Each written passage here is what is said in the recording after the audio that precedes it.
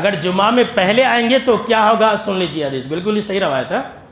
آپ صلی اللہ تعالیٰ علیہ وسلم نے فرمایا جس نے جمعہ کے دن غسل کیا، نہایا، غسل کیا اور کرایا، خود بھی کیا، اپنی بیوی کو بھی کرایا،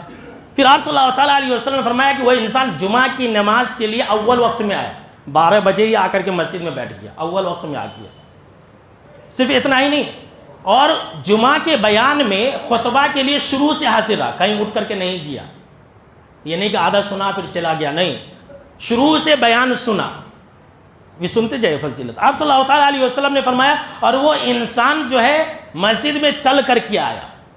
سواری پر نہیں آیا، یہ اور وہ انسان کیا کیا کہ امام کے قریب بیٹھا، دیکھیے جمعہ کے دن امام کے قریب آ کر کے بیٹھا اور پوری توجہ کے ساتھ کان لگا کر کے پورا بیان سنا، سویا نہیں۔ حدیث کے اندر ہے جناب محمد عربی صلی اللہ تعالیٰ علیہ وسلم نے فرمایا کہ اس نے کان لگا کر کے بیان سنا اور بیچ میں کوئی بیہودہ حرکت نہیں کی، لغو حرکت نہیں کی، کسی کو چھیڑ چھاڑ نہیں کیا، کسی کو تنگ نہیں کیا، کسی کو اس کی جگہ سے اٹھایا نہیں، موبائل سے کھیلا نہیں، داڑھی سے کھیلا نہیں، کسی کو بولا نہیں کہ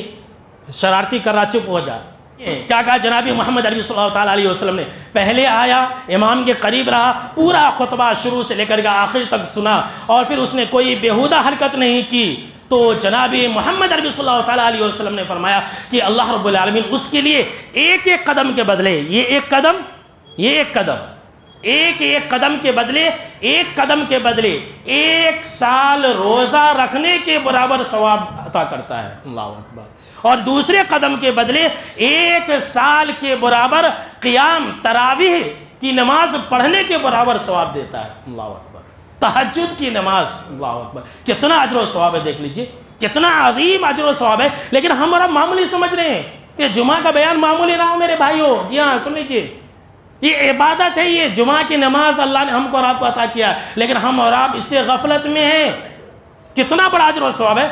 اتنا بڑا اجر و ثواب کسی اور عمل پر نہیں ہے۔ کتنا آسان ہے، بس نہا کر کے آنا ہے، چل کر کے آنا ہے اور خطبہ صرف آرام سے سننا ہے، نہ دوسری کوئی عبادت کرنی ہے، نہ ہی قرآن پڑھنا ہے، کچھ بھی نہیں کرنا ہے، ذکر و اذکار نہیں کرنا ہے، غور سے سننا ہے اور دوران خطبہ سونا بھی نہیں، سو گئے تو پھر ثواب نہیں ملے گا، آگے کھراٹے مارنے لگے تو ثواب گیا۔ بس غور سے آپ سنیے،